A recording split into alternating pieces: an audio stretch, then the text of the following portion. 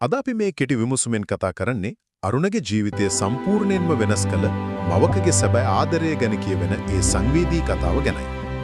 අම්මා නැති වුණාට පස්සේ ගමට එන අරුණට පරණ අල්මාරියක තිබිලා අහම්බෙන් හම්බ වෙන කහපාට ලියුමක් කරහා එයා කවදාවත් නොදැන හිටපු අම්මගේ රහසිගත කැපකිරීම එළියට එන විදිය මේ කතාවෙන් අපිට පෙන්වා දෙනවා. පළවෙනි කාරණාව විදිහට මව්පියන්ගේ ඒ නිහඬ කැපකිරීම වල ගැඹුර ගැන අපි පොඩ්ඩක් හිතලා බලමු. අරුණ පොඩි කාලේ ආසාවෙන් ඉල්ලපු ඒ සපත්තු දෙක අරන් දෙන්න අම්ම ගෙවල් දෙකක වැඩ කරලා රැටත් නිදි මරාගෙන රිදි මහලා විඳපු දුක මේ ලියුමේ සටහන් වෙලා තියෙනවා.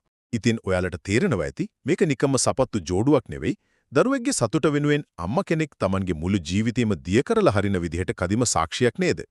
දෙවනුව මේ තරම් දුක් විඳලා අම්මා ඇත්තටම බලාපොරොත්තු වෙන්නේ මොකක්ද? එයාගේ එකම ප්‍රාර්ථනාව වෙලා තිබුණේ අරුණ ලොකු සල්ලිකාරයෙක් වෙනවට වඩා සමාජයට වැඩදායි හොඳ මිනිස්සෙක් වෙනව දකින්න එකයි.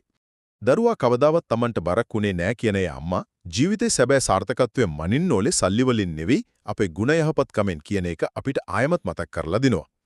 අවසාන වශයෙන් Tamanගේ ශෝකය යහපත් ක්‍රියාවක් බවට පත් කරන විදිය මේකෙන් අපිට උගන්වනවා.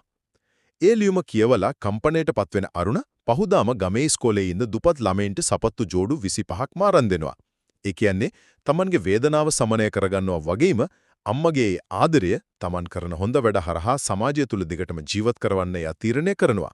අම්මා කෙනෙක්ගේ ඒ පරාර්ථකාමී ආදරය භෞතිකව නැති වෙලා ගියත් ඒක අපි කරන යහපත් ක්‍රියා තුලින් මේ ලෝකේ සදාකාලිකවම ජීවමාන වෙලවා.